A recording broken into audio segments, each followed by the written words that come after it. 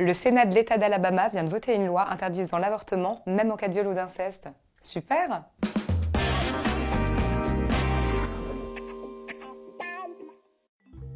La théorie philosophique du progrès de l'humanité me laisse encore une fois songeuse. Oui, parce qu'avant les 25 génies d'Alabama, tous des mecs au passage, vieux et blancs, il y a eu les nazis, la manif pour tous, Frigide Hitler, Adolphe Barjot. Le droit à l'avortement est encore aujourd'hui sujet à des débats houleux entre les pro-choice et les pro-life. Et le point de vue des hommes et des femmes pro-life, c'est que l'interruption volontaire de grossesse reviendrait à commettre un meurtre, à tuer un enfant. Alors ma question est la suivante, qui a déjà vu un embryon dans une poussette ? Ou un fœtus sur une balançoire. Nous allons donc refaire un petit point SVT pour tous les excités du bulbe de la vie à tout prix.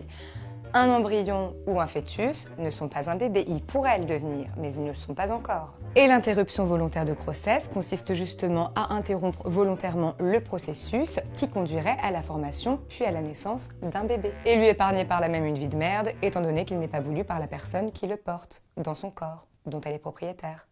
En d'autres termes, et pour schématiser, déterrer une graine n'est pas la même chose que piétiner une fleur. Elle est cool la métaphore. C'est trop demandé que de pouvoir cultiver son jardin peinard, comme on l'entend ? Petite ref à Voltaire. Et le pire, c'est que ces gens-là, les pro-life, sont souvent les mêmes qui militent pour le retour à la peine de mort. Et ça, c'est cocasse. Tiens, en parlant de peine de mort, le fameux Sénat d'Alabama a voté l'an dernier une loi prévoyant une nouvelle méthode d'exécution jamais utilisée, l'asphyxie par hydrogène. Tant qu'à être moyenâgeux, on ne pourrait pas se remettre à brûler des roues ? Et en parlant de mauvaise foi, l'Église dans tout ça, eh bien nous avons au sein de l'Église un son de cloche plutôt constant. Son de cloche, Église, ça me donne le bourdon. J'arrête. Il semblerait en effet que les vieux paluchards cléricaux campent sur leur position en continuant de s'opposer à cette pratique au nom de la défense de la vie de son commencement à sa fin. Pourtant, il me semblait que le premier jour d'une vie, c'était la naissance, la reconnaissance du bébé, la déclaration à l'état civil. Non, c'est au moment de l'éjac, je m'y perds. Toujours est-il que les hommes d'église considèrent que l'avortement est toujours un mal et qu'il ne peut en aucun cas être soutenu ou encouragé. C'est d'ailleurs pour cela que lorsque ces mêmes hommes déversent toute leur foi dans les religieuses dont ils abusent et que ces dernières tombent enceintes, elles sont avortées dans le plus grand secret. Solution alternative au fait d'être tout bonnement bannies de l'église ou contraintes d'abandonner l'enfant. Alléluia.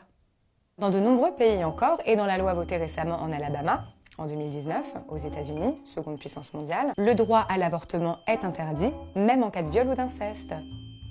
Elle avait qu'à pas mettre une jupe. Prendre la décision d'avorter, ce n'est pas s'épargner que soi. C'est un acte réfléchi et humanitaire. Et quand ce choix est fait, c'est que c'est forcément le bon. Certaines femmes ne veulent pas d'enfants, certaines oui, d'autres le sauront plus tard. Personnellement, je sais que j'en veux.